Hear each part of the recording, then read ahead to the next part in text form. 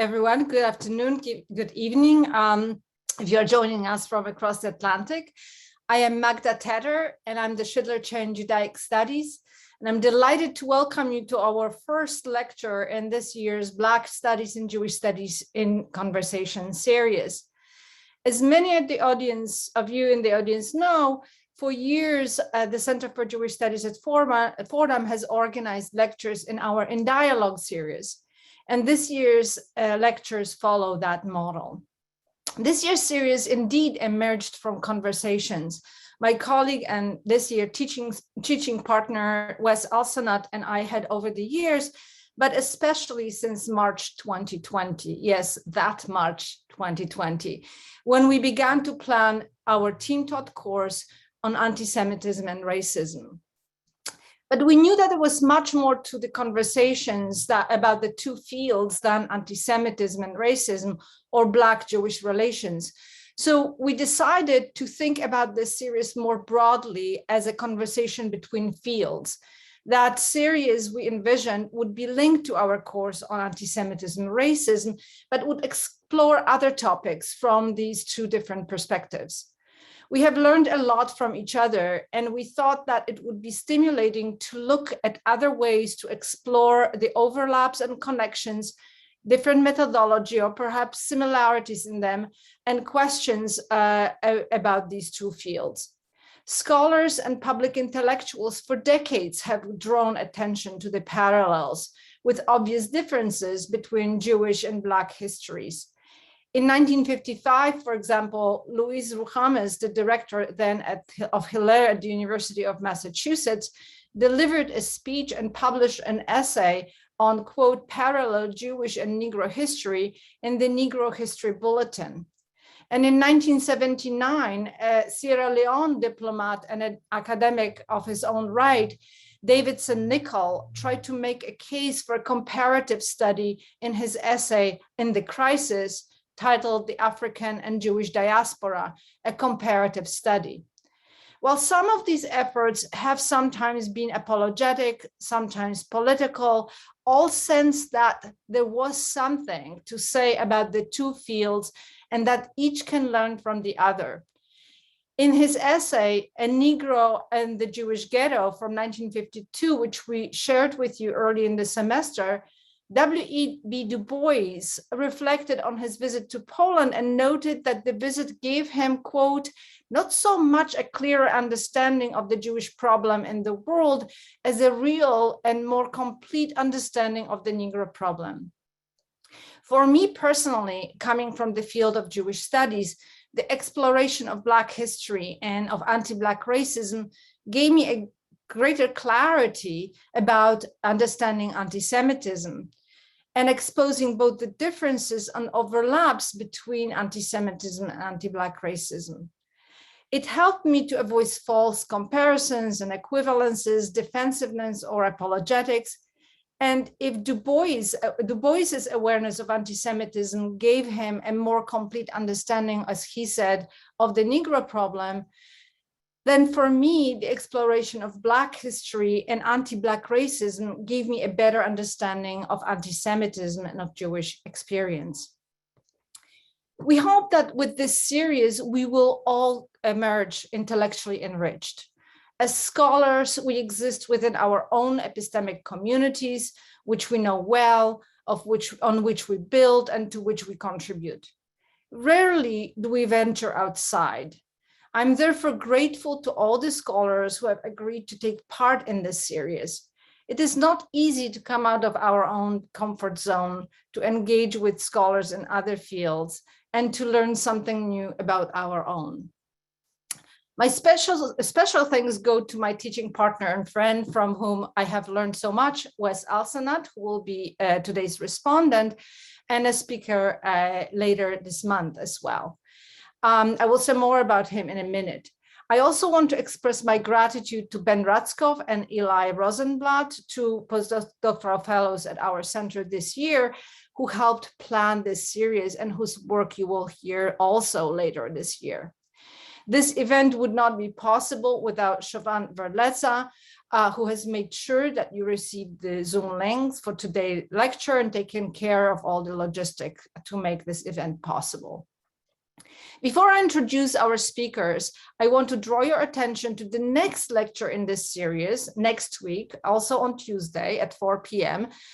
Judith Weisenfeld will speak on race, religion, and Black Jewish identity in early 20th century US, and she will be in conversation with Jenna Wiseman-Joslit, and I will send a registration link for that in the chat.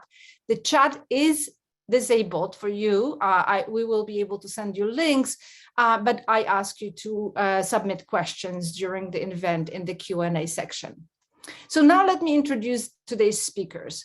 For many of you here, Laura Arnold Leibman needs no introduction. After all, she joined us earlier this year for another event. For those of you who don't know her, Laura Arnold Leibman is a professor of English and Humanities at Reed College in Portland and an award-winning author. Her recent book, I can't say most recent because the most recent has just come out, but her recent book, The Art of the Jewish Family, A History of Women in Early New York in 5 Objects, won 3 National Jewish Book Awards in 2021 and came last year. Her earlier book, Messianism, Secrecy and Mysticism, A New Interpretation of Early American Jewish Life, also won the National Jewish Book Award and was also the winner of the Jordan Schnitzer Book Award from the Association of Jewish Studies. Her work focuses on religion and the daily lives of women and children in early America and uses everyday objects to help bring their histories back to life.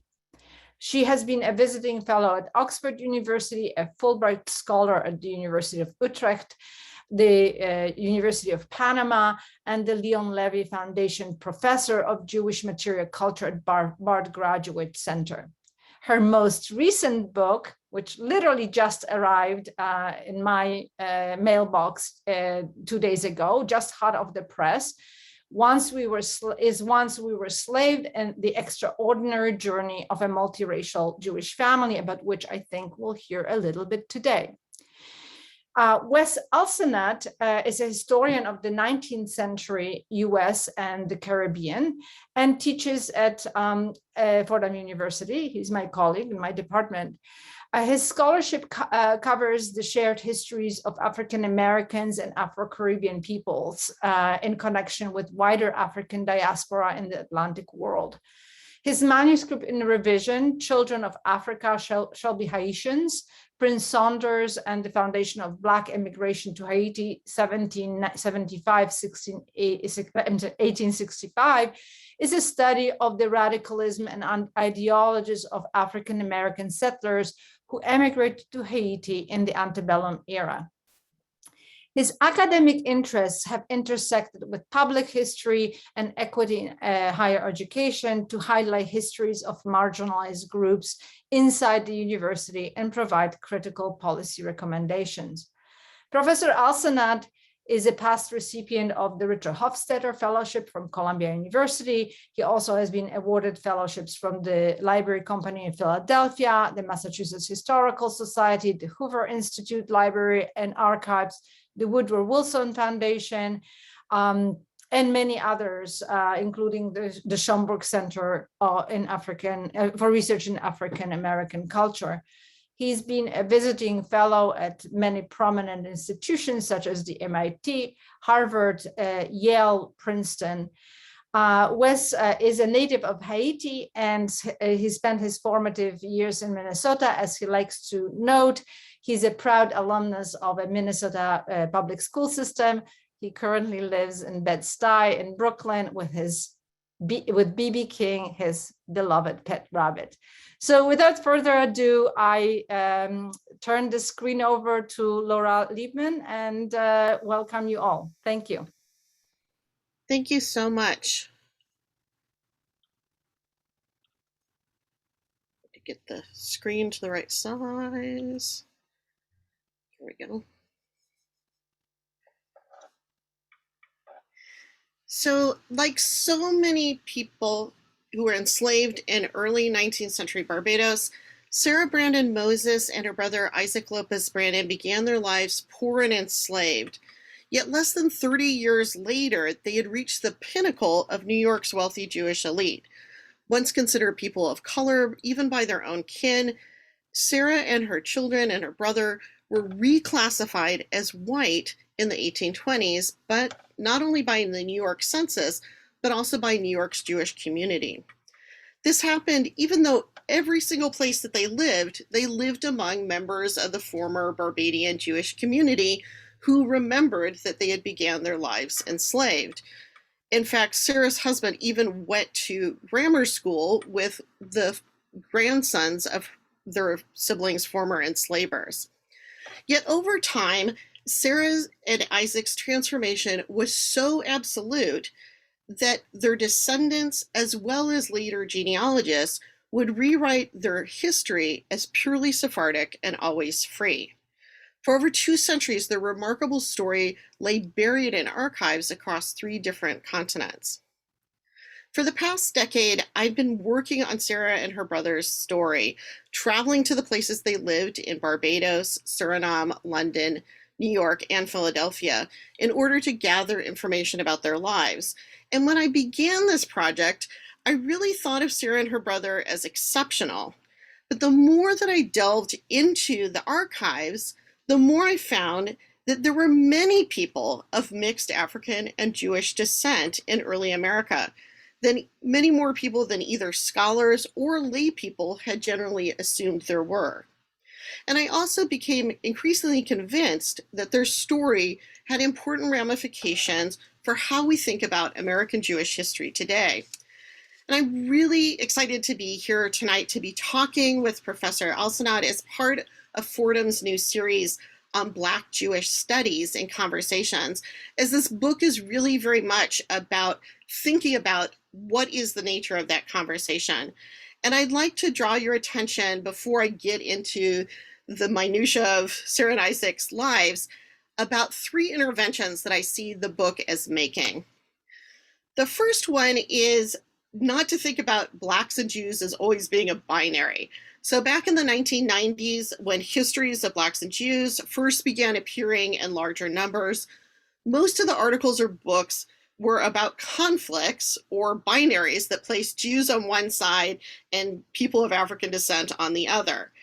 But recent surveys show that between 10 and 25% of American Jewish communities are made up of people who are either Black, non-white, or multiracial Jews. So while that history is often presented as happening somehow after the 1970s, Sarah and Isaac's story helps us see that we should be thinking about it as a much longer history, and that history should think about the impact and importance of non-white Jews on American Jewish history. Jews with African ancestry, I'm going to show you, were not just side players in the story of American Jewish communities, but were key members of early congregations. The second intervention that I'd like you to be thinking about as I give the talk is to think about how Jews of color have this long history, and that can help us understand what we mean by race as a social construct. So those recent surveys that have talked about the large number of multiracial Jews in the United States and non-white Jews have also highlighted the inconsistency of how race is discussed across time and place. When thinking about the history of multiracial and non-white Jews, I'm going to argue that we need to take into account the fact that race was defined differently in the 19th century than it is today. And I'm going to use Sarah and Isaac's story of racial shift to help explain and highlight some of those differences. And in doing so, I'm going to talk about them less as having passed and become white, less as having passed into whiteness, but more as having become white in certain points in their lives.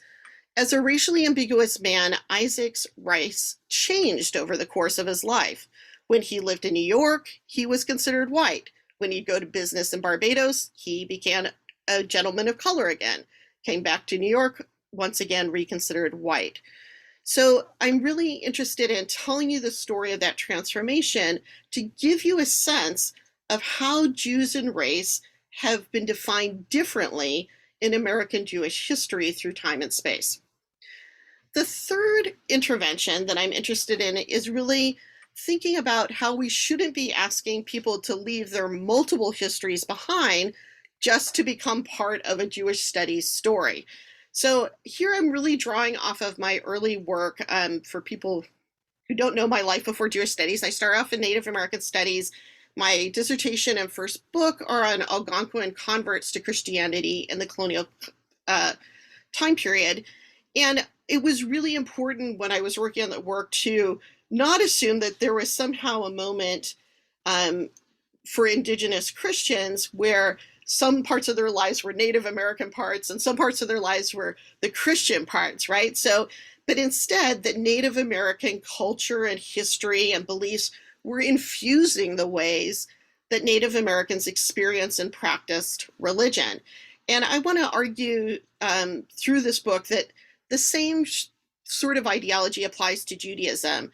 Native American, African American, Latinx, Asian American histories and methods developed by scholars in those fields need to be part of how we're thinking about a multiracial Judaism. So when I'm thinking about the people whose works influence the writing in this book the most, the people who kind of rise to the surface are definitely Marissa Fuentes' fantastic book, Dispossessed Lives, which is about enslaved women, violence in the archive in Barbados. Saidiya Hartman, basically anything she's ever written, but particularly her work on archives, as well as her more recent work that's on affect and its role in history. And sociologist Karen Fields and historian Barbara J. Fields' work on racecraft, as well as Katja Gibble Mevorach's work on the creating an intersectional Black Jewish studies.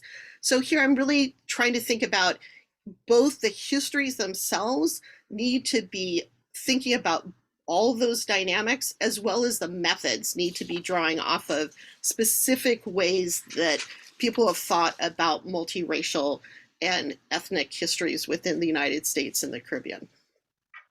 So I'm hoping people will use those three aspects to, as they listen to my discussion about giving you a little bit of insight into what I talk about in the book, Once We Were Slaves, and the history of Sarah and Isaac Brandon. So the Brandons are born in Barbados at the end of the 18th century. Sarah and Isaac's father was a man named Abraham Rodriguez Brandon.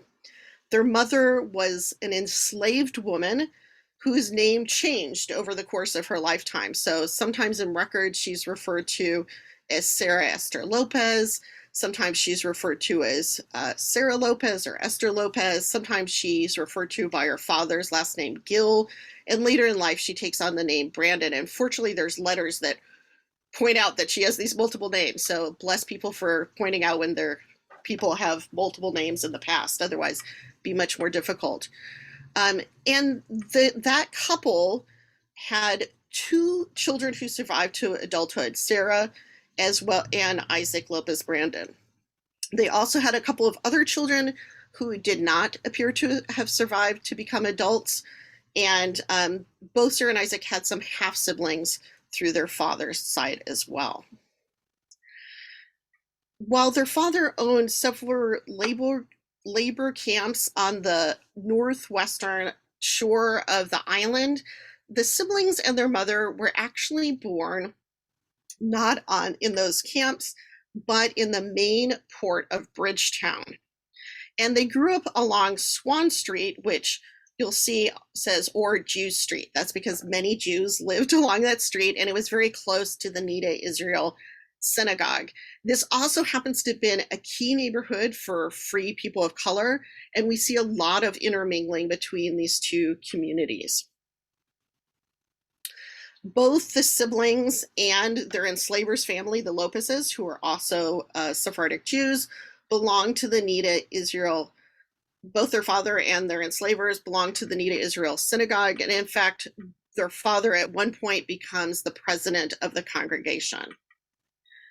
And while their father was one of the wealthiest Jews on the island by the end of his life, The people who enslaved them are more typical of Jews on the island in that they're kind of a middling sort of people. They're small shop owners, and they had a shop downstairs and then would live upstairs in these sort of balconied areas that you see. One of the children in the family of their enslavers owned a goldsmith and silversmith shop, and the other one owned sort of an everything store with dry goods. And we still have the records from that store, which have proved incredibly helpful for seeing some of that interplay between Jews and free people of color in this particular neighborhood. And the first record that we have of the siblings comes not from the Jewish records, but from the Anglican Church, when Sarah's mother takes her to St. Michael's Church, later Cathedral, to be baptized. This was a really important moment because it would allow her daughter later to legally marry and to have rights that her mother had not had as an enslaved person. And the place where she was baptized is still in use today. And their lives might have remained very similar to many of the other people who were either enslaved by Jews or part of larger Jewish families living in this neighborhood, were it not for two strange things that happened in 1801. One was that their mother's Anglican father, white Anglican father, died and left a house to his children through two women that he'd had relationships with. So one house gets left to Sarah's mother and Isaac's mother and her brothers on Back Church Street. And this really marks a shift in the family's fortune, that they go from this moment of being considered property from somebody else to having property of their own. And the location is also really important. It's located next to the old churchyard, or St. Mary's Church, which is where the elite free people of color belonged to Anglican congregations starting in the 1820s. It also ends up being fortuitously located right near where the Methodist Church is going to be established. And this is one of those moments where I want to highlight the importance that I found in tracing not just their father's lineage, but their mother's lineage. So I was actually, in many ways, more successful tracing their mother's lineage and tracing back multiple generations. But one of the things that I found is that the siblings are actually related through their mother to the most famous woman in early Barbados. She goes by the name Sarah Ann Gill later, or Anne Jordan Gill. And she is one of the early national heroes of Barbados for her working in civil rights for free people and enslaved people of color in the island on behalf of the Methodist Church. And I really felt that in order to understand the sibling story, and in particular Isaac's own involvement in civil rights struggles, it was really important to think about the larger family's involvement in civil rights movements on the island. So just to give you a sort of overview here, here's Sarah, here's her brother, here's their mother. Their grandmother, Jemima, also lived in the same household, as did their great-grandmother, Deborah. So at least 4 generations of the family are enslaved by the same Sephardic Lopez family. Their father is not a member of that family. He's a friend of the family. But again, it was really important for me to think about how the extended members of their mother's family were changing and influencing the lives that the siblings were able to lead. So the second strange thing that happens in 1801, other than being left the property where the family now has sort of their own place to live, is that their father takes them back to the cathedral and pays off not only the members of the Lopez family, but also the Anglican Church, so that his children can be freed. And this means not only will they be free, but all of their descendants afterwards are freed as well. And this, I want to highlight, is a really unusual moment on the island that sets them apart from early childhood, from the vast majority of people enslaved on the island, and really shapes a lot of the possibilities that are to come. So they might have continue to be like one of the dozens of people who are free people of color living in and amongst the Jewish community around Swan Street and the synagogue Were it not for a moment in 1811 to 1812 when Isaac decides that he wants to become a full-fledged Jew. So he is unsatisfied apparently with being Christian like the other members of his family, and it is recorded in both the Barbadian and Surinamese records that he wants to become a Jew because of spiritual convictions. He's unable to do that in Barbados because in Barbados it's very unusual to have conversions. So both he and his sister travel a couple hundred miles southeast to the colony of Suriname. And if Suriname strikes you as an unlikely place that you would go to convert to Judaism, I hasten to point out, first of all, it's a really important colony for this time period. Second, it's got probably the second largest, if not the largest, Jewish community in all of the Americas. It's much more important than New York at this point. And third, it is unique in the Americas of having the most diverse Jewish community. So Aviva Ben-Ur has suggested that by the time the siblings were there, probably over half of the community had at least one African ancestor. The reason for that has in part to do with the history of the colony and a semi-autonomous plantation town called Yoden Savannah, which was downriver from the main port. In that town, the Jews in the community were allowed to set it up as they pleased. They put the synagogue as the highest place, just like you would want to, and they tried to set it out according to the rules of the Hebrew Bible. So they even laid out the town to sort of resemble the pattern of the tribes around the tabernacle in the Egyptian desert. And the other thing that they were interested in doing, a part of following these laws of the Hebrew Bible, was following the rules for when you needed to circumcise and convert enslaved people. And there were a lot of plantations around this particular town owned by Jews and a lot of enslaved people. So we start to see very early on that the community is converting halakhically a lot of people who are either enslaved by or related to Jews in this area.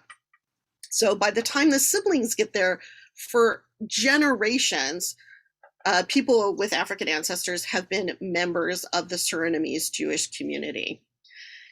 In addition, by this point, by the time they arrive, plantation crises of most of the community has gone north to Paramaribo, the main port.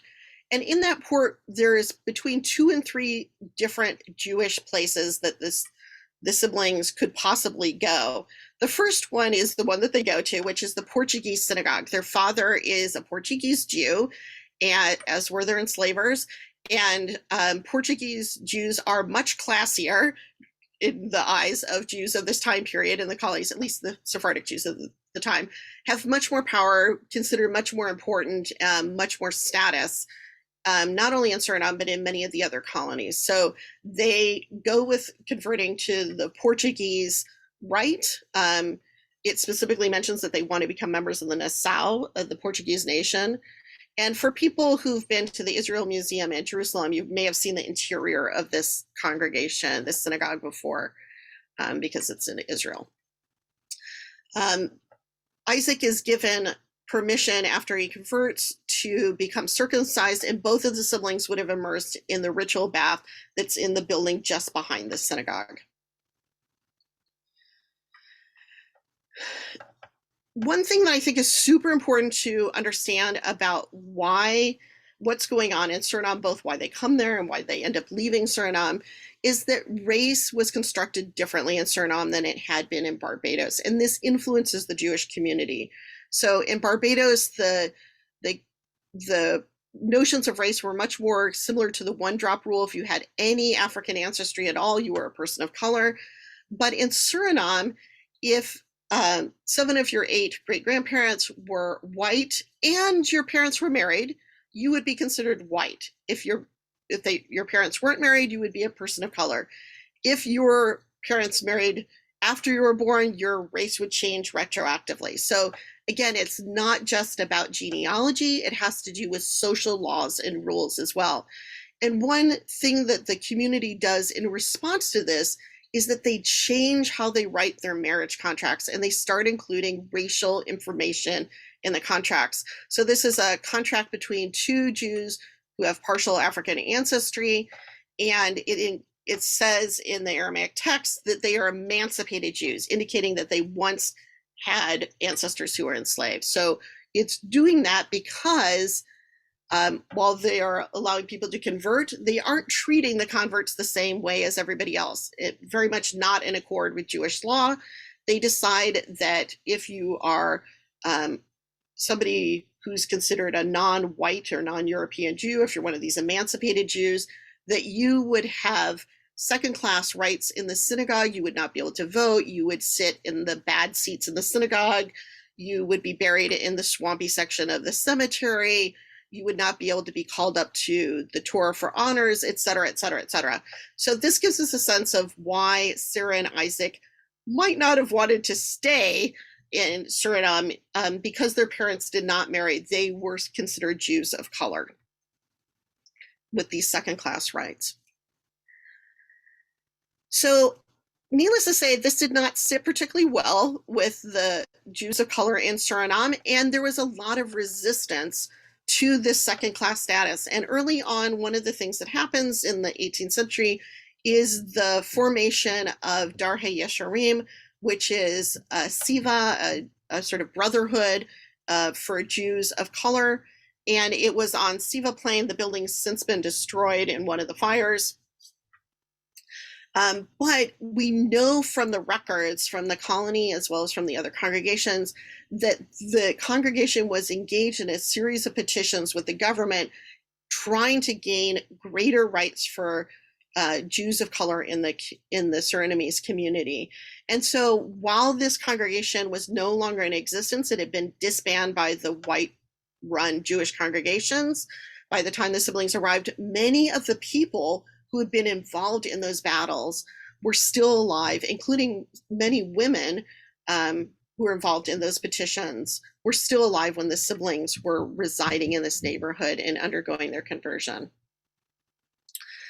So again, perhaps because of this kind of what Aviva Ben-Ur calls a peripheral inclusion that's going on in Suriname, or racism that's going on in Suriname, the siblings decide to leave. Isaac goes back to Barbados, where he starts to become involved in some of the civil rights movements in Barbados. And his sister goes on to London, where she and her father connect with Bevis Marks, the Portuguese synagogue. But she ends up settling south of what was London at the time. It's still in London proper today, and going to one of the elite boarding schools that was much beloved by West Indian wealthy Jews at the time. So this is really a moment where her father is helping her get the kind of education she needs to become a leader in society and to know the right people, to learn how to run a household and to have servants as opposed to being a servant. So really instrumental in her ability to change her social status going forward. It's also where in London, where she ends up having her portrait made. These portraits were exchanged as part of marriage proposals or ways of meeting people. And her portrait, I think, is really interesting. I talk more about this in both of my more recent books, about how it engages with discourses of whiteness during this time period, that these ivory miniatures are very much a portraiture which fetishizes whiteness. We can sort of see this a little bit in her brother's portrait, where the ivory isn't even painted over, and oftentimes they put a piece of silver behind it so that you get this kind of glowing whiteness that comes through. So really important that they're sort of taking part in this elite art form that is really about race making for Jews during this time period. And in the book, I'm really interested in comparing how her portrait looks to the strategies used in other portraits for multiracial women during this time period. So over the course of being in London and being at school, her portrait meets another portrait, which is that of Ashkenazi Jew Joshua Moses, who is originally from New York and is in London on business. He works in the textile industry. According to the protocols of Bevis Marks, he is of much lower status than she is, Unlike in Suriname, her race is not being marked in the records. But had they tried to marry about 15 years before this, she would not have been allowed to marry him because he wouldn't have been good enough for her for Bevis Marks. They would have had to slum it at the Ashkenazi synagogue if they wanted to get married. So I think really important to realize like her status as a member of the Portuguese nation trumping other sorts of ideas of ethnicity at this point. Her father also helps pave the way for this marriage by giving her a 10,000 pound dowry, which is about $30 million in bargaining money for today's money. And one of the reasons why he does this probably is that Joshua's father is one of the wealthiest Jews in New York. And so this really is a merger as much between two trading families as it is between two individuals. So really he's looking for how to expand his trade network as well as how to make sure he's going to have some Jewish descendants that will carry forward the traditions of the family. Right after the marriage, they settle in one of the Georgian houses near the synagogue, but within a year, the couple goes back to New York to live near Joshua's parents, who live in this little red house down here, which is right next to the synagogue. And then Sarah and Joshua live nearby. And within a couple of years, Joshua's sister marries Sarah's brother. He's come up north from Barbados. He has suffered greatly in Barbados in terms of being demoted by the congregation during the bids for civil rights. They do not turn out well for him. He becomes business partners with his brother-in-law, and those connections to the Moses family are really instrumental for ensuring that Isaac is able to become a naturalized citizen of the United States and a voting member of the United States, something that wouldn't have been possible typically during this time period for somebody if they weren't considered white.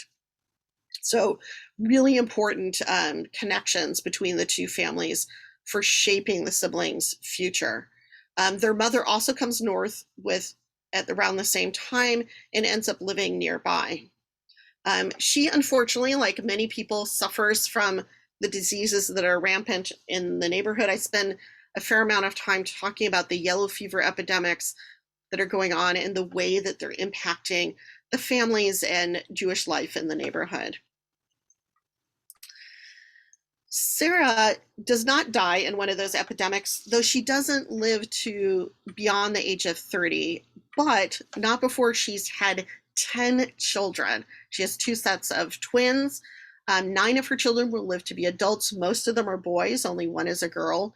And she really is able to see, she isn't able to see because she passes away, but her family lives on through the legacy of these children. And some of them you can see are named for her father. So you really see him continuing the line through this part of the family. Other members of the family, Abraham Rodriguez Brandon Moses, becomes the president of the congregation, just like his grandfather before him. Other of her children become Civil War heroes. Other ones, such as Lionel Moses, end up marrying into elite families in the congregation. And really you see the family very much flourishing. During the time when Sarah's alive, it's not a mystery who her mother was, because her mother's living in New York with them. But after Sarah and her mother have passed away, the knowledge about the family's early history drops out of the record. And so by the time her granddaughter Blanche is starting to write up the genealogy in the 20th century, she can't really understand how it is possible that where these people had come from. So she really can't imagine this earlier history for her grandmother, who she's always known as being somebody who had been white. One of the things that I find very interesting about Sarah and Isaac's children is they really spread out around the globe. They're engaged in a lot of the different large disputes that are going on around the globe. They're not only in the Civil War and the Mexican-American War. A couple of the brothers are engaged in trying to overthrow Nicaragua in a coup. Several of the children are in Canton in China, in the trade networks, again, often with textiles and other objects, and become really important traders. They go off and try and get rich in the gold rush. So you really see this incredible mobility that we had from the previous generation continuing on as the family moves forward. So that is where I'm going to end, though I want to sort of come back to those interventions that I started with, and think about how we can think about the importance of this story for us today. So the first one was that issue of racial shifts and how they might help us get past this idea of binaries. So historian Oswin Murray wants to know that history becomes dangerous when new facts and ideas disturb the dust of the past.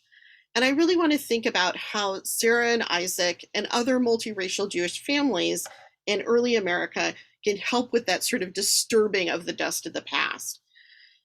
Most stories of racial shift from this era have been told as stories about passing.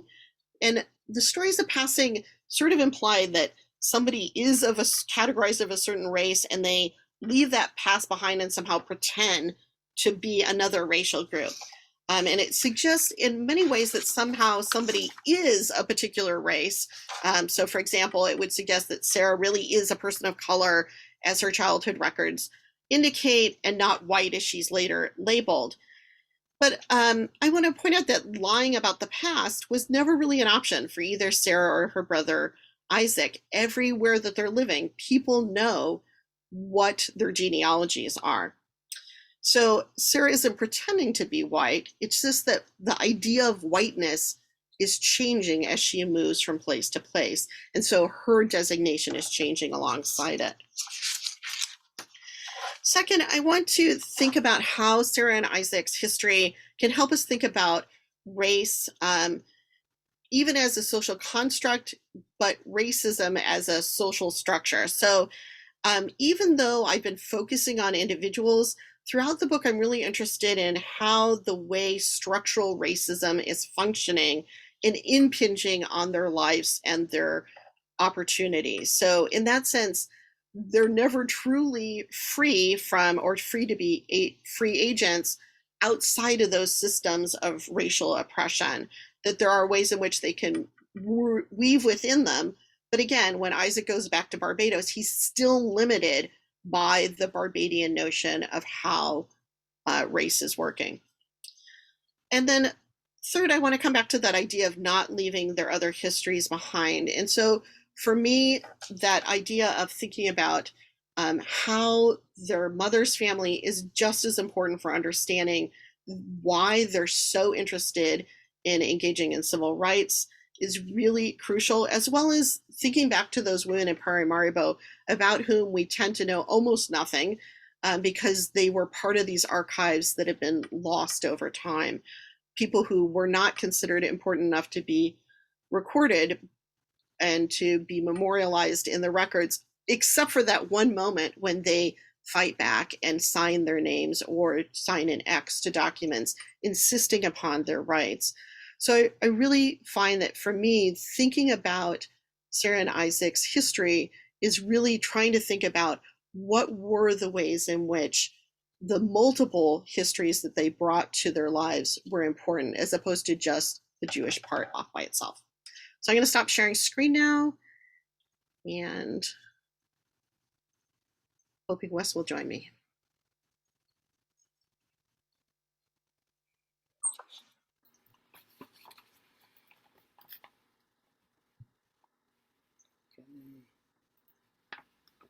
Hello, everyone.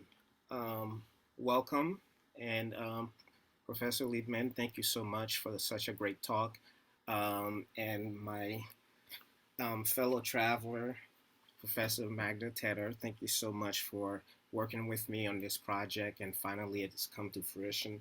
And Professor Leibman, thank you for actually inaugurating this, what I envision to be in the next few months, as this actually continues into 2022, a fruitful conversation, not just really between scholars, but even more importantly, to try to help us disentangle, as you ended with, what are the structures behind the way that we see ourselves currently in this society, but not restricted to the context of the United States, given that racism and race and these processes of race making that you pointed to um, were transatlantic in many ways, and therefore global. And uh, um, so, and with that same spirit, I think one of the great objectives of having established this series is for us to give people an opportunity to see how phenomenons like um, anti-Semitism, which emerged in Europe, and anti-Black racism, which also emerged in, whether the Iberian Peninsula, parts of West Africa, but also the Caribbean and the Americas, are all in mesh in terms of the different roots, but also how tensions between them makes us who we are, especially. And these questions, I would argue, are especially critical to have to pose to each other through this series, precisely because we're talking about the United States, a society in which we are indeed dealing with, you know, um, several different groups of people, whether that be along lines of immigration, ethnicity, race, and whatnot. So, um, thank you so much for bringing to this to tonight the precise sort of objective that we among the objectives that Professor Tedder and I have been trying to get across. So I'm just going to speak a little bit about uh, my general sense of understanding and of your scholarship, of in terms of the little opportunity I've had to actually take a look at the book. And if I'm incorrect or wrong about something, I would like for you to um, give me some corrective if possible. But this is more sort of a general um, summary that I hope also will give our attendees an opportunity to see it, to hear about this work from someone who works on the side of Black studies. So for me, this is a book that has at its core a mystery that continues to confound historians, and that is, which I think you pointed to, how do we try to resurrect the afterlives of enslaved men, women, and their families who at times were discarded by the archives, whether that be intentionally or not, and thus only inhabiting the depository of libraries as really sometimes ghosts of history that we historians have to go in and try to resurrect. So Professor Leibman's work for me is what I admired about it is how meticulous it is in its effort to try to revive these ghosts and bring them back to life for us. And because slavery itself, as I understand it, was an economic system that was itself both migratory and diasporic in terms of how it flowed between different trade routes. To be Black and Jewish means that this book sets itself, in terms of the families we're looking at, apart from many others by giving us a perspective and deep insights into the uh, many complexities that complicated notions of race and family kinship, in which blood ancestry sometimes is not always an automatic privilege to kinship. In this sense, this is a study that I feel like enriches our understanding of the multivariable social factors that intimately complicate not just then, but also today, our 21st century image of slavery and those caught in its trappings.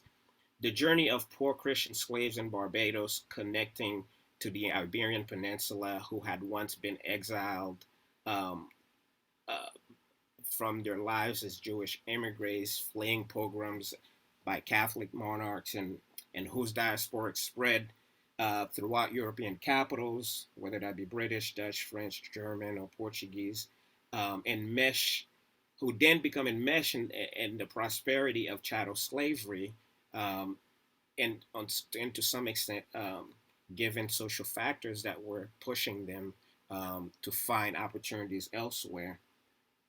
This is all this, and therefore seek an opportunity to seek refuge and wealth in the Caribbean. All of these sort of mixtures along lines of religions, ethnicity, race, um, of European stock, non-European stock, uh, existing also next to African and Native American religious traditions. These are precisely familial tensions that I imagine existed not just among Anglo-Caribbean societies, but also um, in the US, given that uh, in terms of trying to bring some form of order to these mixtures of chaos, uh, the U.S. was in lockstep in terms of trying to follow Barbados. Example of how do you regulate uh, enslaved? How do you regulate blackness? How do you regulate whiteness? And make sure that your system continues as is in this economic uh, system that slavery was. And because of that, one way that I see this book is it's also a story of um, of transformations, transformations in which what is often seen to the eye is actually not as skin deep as we may think, because skin tones get blurred, and assumptions um, are then complicated by these very facts. So, in this way, Professor Leibman's work is an excellent historical archaeology that uncovers, really with almost surgical precision, how you can have families coming from, coming from the Iberian Peninsula, traveling certain European capitals, getting to the Americas, in this case, the Anglo-Caribbean, and within generations find themselves being classified in many different ways that they would not have imagined. And although we know in the European context, um, anti-Semitism was not necessarily a matter, at least in this period that we're talking about, of racializing Jews, but excluding them by a form of subordination that really more was sort of religiously related to Christian supremacy. But uh, to then have families who had themselves were fleeing that kind of supremacy, uh, finding their own sort of commercial enterprise, bringing them into the flow of um, white supremacy, is a unique sort of look into how sometimes what we think about race and racism within the context of slavery as an economic institution is not really enough to tell us everything that is going on in terms of choices families had to make.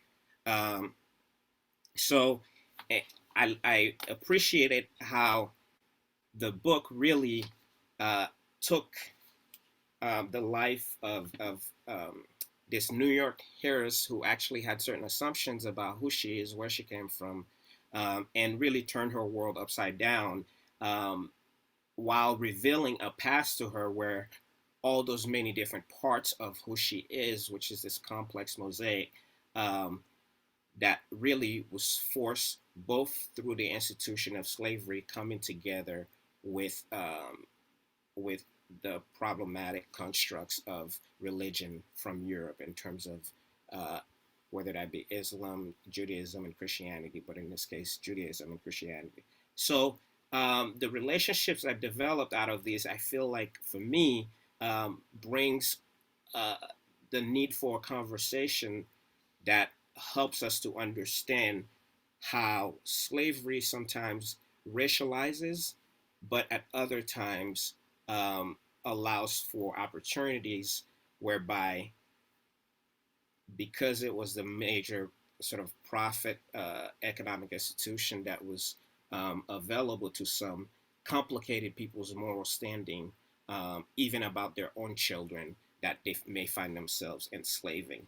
And then we're left to try to understand further how these social codes regulated um, their emotional, social, political, and really intimate lives in relation to one another. Again, this notion of um, whether blood assigns kinship or not, and also in this context whether it can confer power.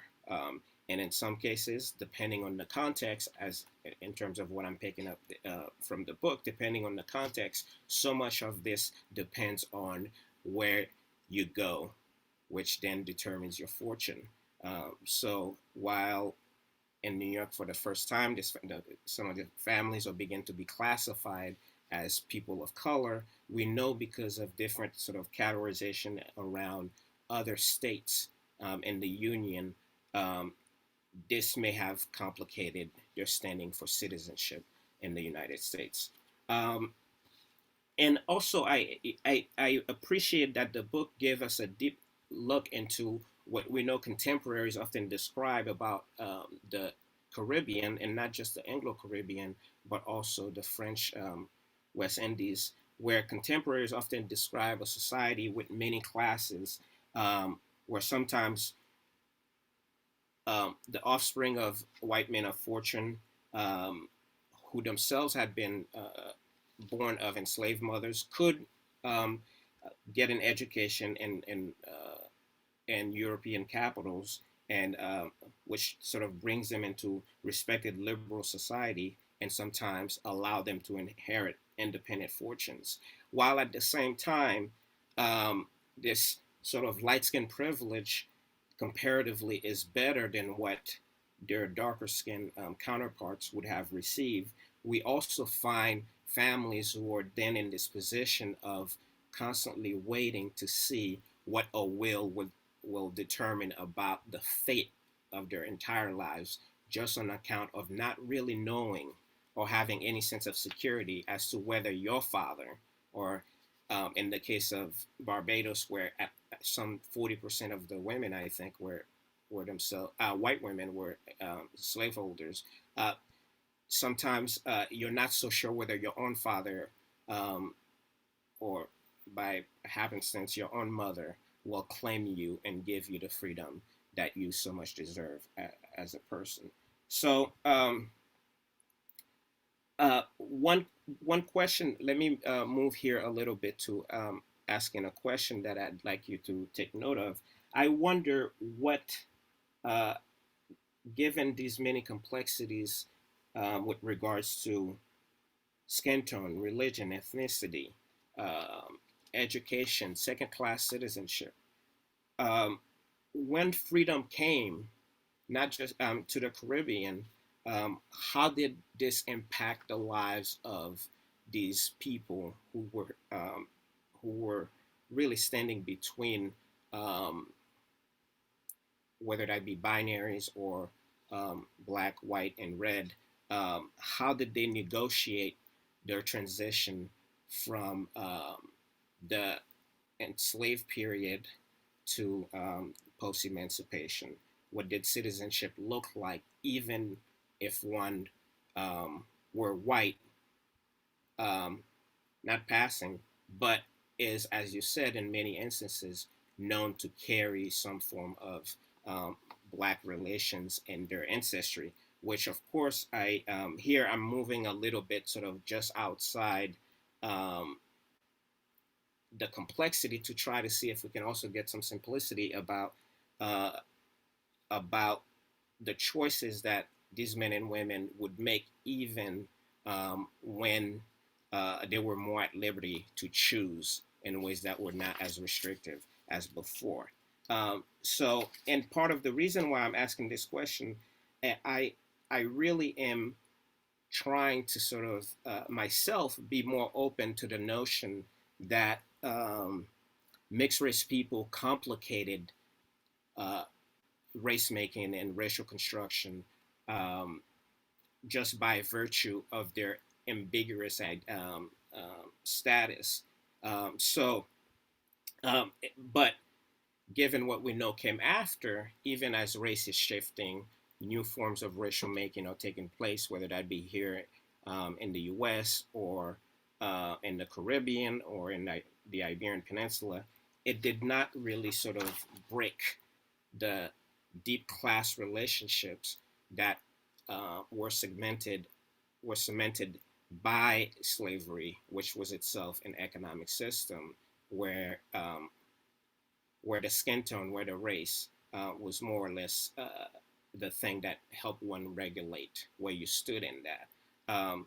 So while particular qualities having to physical appearance may confer privilege at times or disadvantage at other times, I'm really intrigued to know how these families, outside of the context of a world where slavery is no longer legally practiced, made sense of where they found themselves. And sometimes that means finding themselves on really different sides of the many polars of their families, Black, white, and Christian, and Jewish. So that's one question that I have. And another question that I would like to to see if you could expand on for us a little bit is the role that marriage and baptism, you talked about those in the book a little bit, but if you could expand some more for our public, how marriage, inheritance, and family associations along these many different shades of color lines affected the kind of sort of choices we saw some people make, choices that some of us today would call passing, but in other contexts that may be more complicated, as you noted, has to do with desires or certain pressures that are more or not as simple as we would like to make them out. So, thank you. Thank you so much.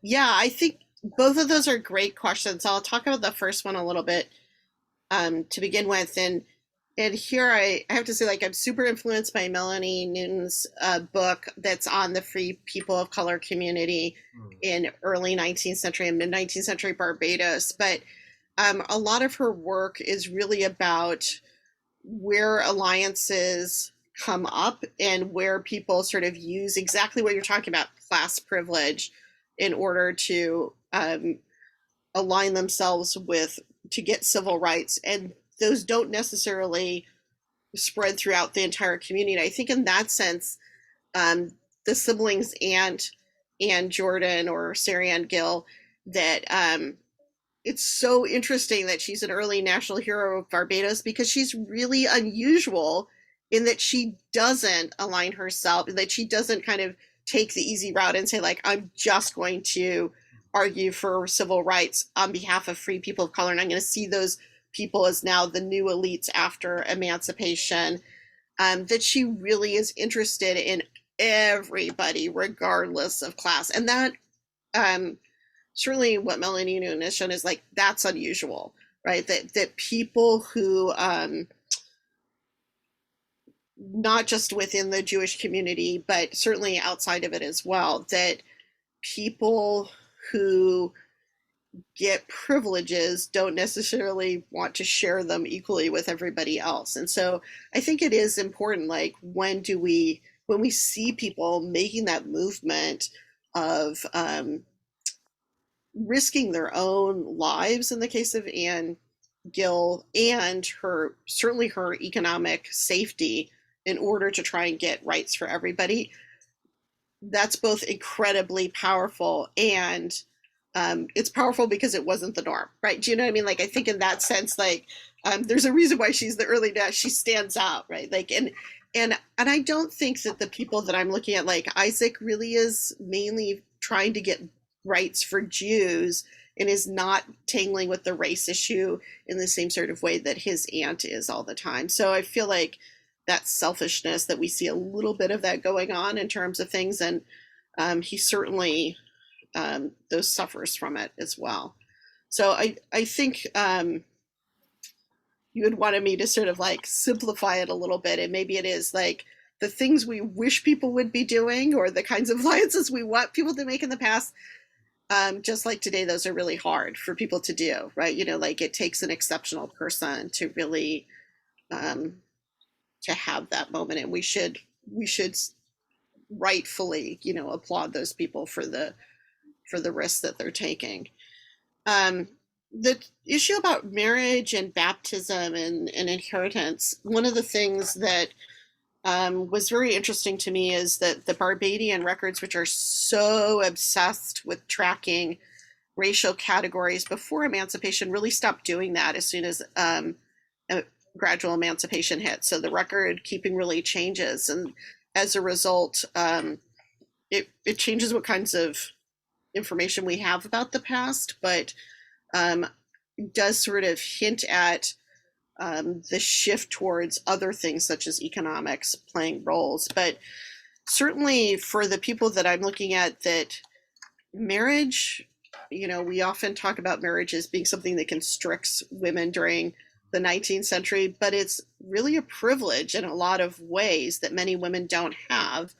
And so hence, to be able to offer that to somebody allows you some sort of protection by the church and whatnot, and allows, so similarly, baptism allows people then later to get married by the church, which in Suriname allows you to have different civil rights potentially, but certainly within Barbados, a lot of those issues of the church licensing play into who will end up being able to have the right to vote later and whose children will have the right to vote. So religion and politics and civil rights are so intertwined during this time period, and hence why the church is sort of the gatekeeper about race a lot of the time in the early records. So I will chime in now. I think we'll maybe bring in some questions from the audience. And there are actually a couple of questions regarding the relationship and the status and the situation between of Jews and slavery, the question of Jews and slavery in Barbados, and I guess elsewhere as well. So one is about how did Sarah and Isaac become enslaved when their father was not, and you could, but the other one I think concerns the question of Jewish law. So one of our members of the audience asked, when Jews had slaves in Barbados, did they release them from slavery after 7 years, and how essentially was Jewish law applied in that, or if it was at all in the context of enslavement? Yeah, so in Barbados, as in the early United States, from pretty early on in the colonial process, that the enslaved status of children follows that of the mother. So even though their father is free because their mother is enslaved, they are enslaved. And so that's why the manumission is such an important document. It's actually different for Sarah than it is for Isaac. The language of it, it's really specific in Sarah's case that all of her descendants are free because her descendants would follow her lineage, whereas for Isaac it doesn't. So that's just sort of how slavery works on the island. In terms of, trying to remember what the second question was, had something to do with Jews and slavery and following Jewish law. Jewish law, right? So, yeah, so I think a lot of times, so no, in general, Jews did not follow Jewish law in terms of freeing their slaves, their enslaved people. I think if you were that kind of person, maybe you would not have held slaves to begin with, right? That you would have sort of seen some ethical things going on. So that was generally not done. And I would say, I think that's important to realize that like racism is twisting Jewish practice, right? And so that they're doing things that are not according to Jewish law a lot of the time because they're in systems. But I guess I want to say also, like, sometimes I feel like behind the question is like, I often get asked this question of like, well, were Jews kind of nicer slaveholders? Didn't they give people the Sabbath off and whatnot? And I guess I kind of want to go back to the idea that we could aim higher than wanting people to be good slave. Like, what would it mean to be a good slaveholder? I just feel like that's not a category we want to like uphold as like being something to aim for in any way, shape, or form. I feel like that has to do with our own anxieties and sadness over Jews' behavior in the past, and we should just own the bad behavior and let it go, or something like that, you know, as opposed to trying to elevate some people as being good slave owners. So I worry a little bit about like I don't know who was asking the question, but I feel like it's sometimes we go down that track, and yes, people were not following Jewish law. Wes, you wanted to say something? I wanted to add that yes, I just want to second your point about the question that often comes up as to whether one form of slavery was better than another form of slavery. You know, whether Brazilians treated their enslaved people better than Americans. I think if one is going to ask that question, pose it to yourself as if you were enslaved, and you would find that the answer will not surprise you. It wouldn't matter. An enslaved person is an enslaved person, and I'm thinking here of an instance where a formerly enslaved man who was being interviewed during the WPA Slave Narrative Project talked highly about his master and how he had treated him well, give him certain breaks and all this stuff, and then the journalist proceeded to ask, well, I thought you said you hated slavery and you hated your master for it. And enslaved person's reply, formerly enslaved man's reply was, I did not have my freedom. Who I am did not belong to me. So that's way besides the point. So I think it's on some level, you know, on that context, as to whether there is a comparative advantage or disadvantage, that's a moot point. I wanted to follow up on this question of Jewish law and whether, I think we also have to think about the context of where they're at. Is it a place where the authorities find a hybrid situation whereby Jewish families who own enslaved people can follow their own laws within that practice? So I think that's the answer partly hinges on that. And second of all, I'm wondering, even if, and this is not to make an apology for anybody, it's just what I know as a historian. And I think I saw this in the book, Professor Leibman, which is, even if some families wanted to actually manumit their enslaved people, there were there not certain restrictions that were placed on that, or that would make it very costly monetarily, such that you would be better off holding. Is that correct? Yeah, I think so. That's where this has been really important for thinking about like the free people of color in Bridgetown who owned enslaved people, and like what's thought about, you used to be enslaved and now you own somebody. But at least for the vast majority of them, the people they're owning are often relatives who they were willed, and they're like, they can't afford the manumission fee. So like it's a way of protecting the relatives in a sense. Like so it's like, I own them so that nobody else can own them, right? Like it's not, so we have that instance where Sarah and Isaac end up inheriting their great grandmother, and presumably that's not so that they can make her work for them. It's so that they could either free her or keep her from having to work for somebody else, right? So Yeah, I do think that certainly um,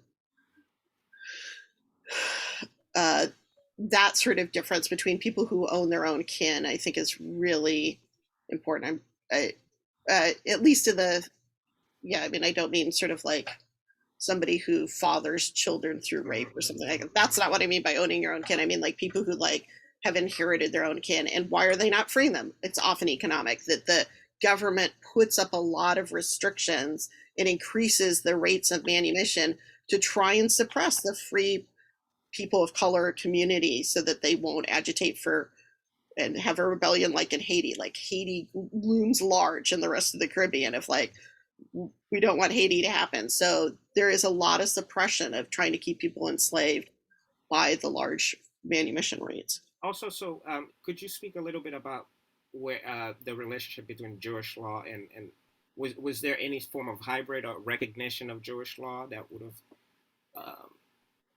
in terms of these commercial practices, or was it just like, especially because they're Jewish, their religious status will not confer any privilege or something? Do you mean any because this about question, slavery? the question that had been asked, like whether if I mean I'm wondering if So Jewish, according to Jewish law, they should have freed people. It should have been more like indentured servants, right? Like, you should have, people should have been freed after 7 years. But Jewish slaves, enslaved people, not non, right? Right. But Yeah. also I guess I was asking, even if I mean were there in Barbados, was Jewish law actually accepted and followed by the authorities? That was because Like even the if, relationship between the Jewish law and the state. yeah, Yeah. Yeah. So the state is Anglican. So the Yeah. Jews have little impact on the Jewish law for the state. But I would say, like, if you had, and there, I can't think of any people who, like, well, okay, it's complicated, but I would say, like, even in places where there's an option, and like somebody did have somebody who was Jewish who was enslaved to them, I'm thinking of like Suriname, that the state may have its own rules, but you could pay a lot of money and then, like, get your, follow Jewish law if you wanted to. We just don't see people, like, seemingly going out of their way to pay large amounts of money to follow Jewish law. So I have a question about law, and we'll probably have to finish soon. But I did want to ask you also to Laura to comment on some historiographic issue here that your talk made me and your book makes me think about. But one is about and there is a question about the conversions and how in Barbados, what was the legal aspect of moving between denominations on religions? Was it legal in Barbados to convert to Judaism? Or did they have to, in fact, leave to a Dutch colony, which was much more presumably flexible about Christians becoming Jews in that way? So that would be one question. And then I'll ask the sort of wrapping up historiographic question, and then unfortunately we'll have to finish, even though we have many fantastic questions from the audience.